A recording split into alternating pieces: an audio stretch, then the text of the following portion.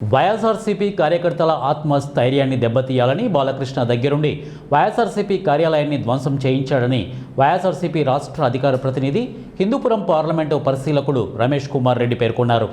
అన్నమయ్య జిల్లా లక్కిరెడ్డిపల్లె మండలంలోని ఆయన నివాసంలో మాట్లాడుతూ ఇది ఒక హేయమైన చర్య అని, వైఎస్ఆర్సీపీ నాయకులు కార్యకర్తలు భయపడతారు అనుకోవడం మూర్ఖత్వమే అవుతుందని, వైఎస్ఆర్సీపీ నాయకులైనా కార్యకర్తలైనా మరింత రెట్టింపు ఉత్సాహంతో పనిచేస్తారని ఆయన తెలిపారు.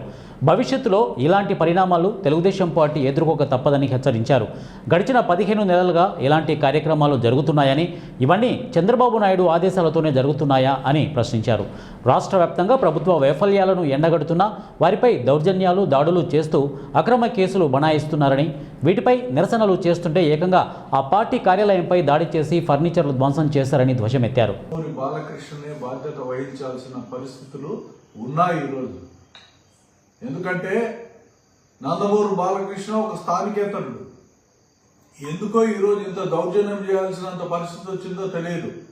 3 సార్లు శాసనసభకు ఎన్నిక చేస్తే ఆ ప్రాంతంలో ఉన్న వైఎస్ఆర్సీపీ క్యాడర్ను, వాళ్ళ ఆఫీసును ధ్వంసం చేయాలని చూస్తే ఇంతకంటే దారుణంగా ఉంటుంది. ఇది తీవ్రంగా ఖండిస్తున్నాం.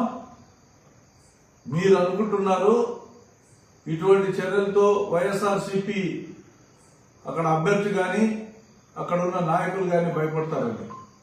రెట్టింపు ఉత్సాహంతో పార్టీ కోసం పనిచేస్తారు. ఎవ్వరికీ భయపడే సమస్య లేదు.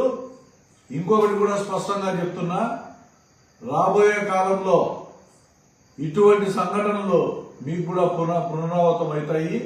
కాకుండా పోయే సమస్య లేదు. ఎందుకంటే ఒక పార్టీ ఆఫీస్ పైకి దౌర్జన్యంగా రావడం, తెలుగుదేశం పార్టీ ఆఫీస్ పైకి వస్తే ఆ రోజు ఎంత యాగి చేశారు మీరు. ఈ రోజు హిందూపూర్లో ఉన్న వైఎస్ఆర్సీపీ పార్టీ కార్యాలయంపై మీరు వచ్చినారంటే మీకు ఇంగిత జ్ఞానం ఉందా? అసలు సంస్కారం ఉందా? ఇదేనా మీకు చంద్రబాబు నాయుడు గారు నేర్పింది? ఇటువంటి కార్యక్రమాలు చేయమని చెప్పాడా? ఈ గడిచిన 15 సంవత్సరాలు 15 నెలల్లో ఇటువంటి కార్యక్రమాలే మీరు చేస్తున్నారా? ఆఖరికి హిందూపూర్లో కూడా చేస్తున్నారా?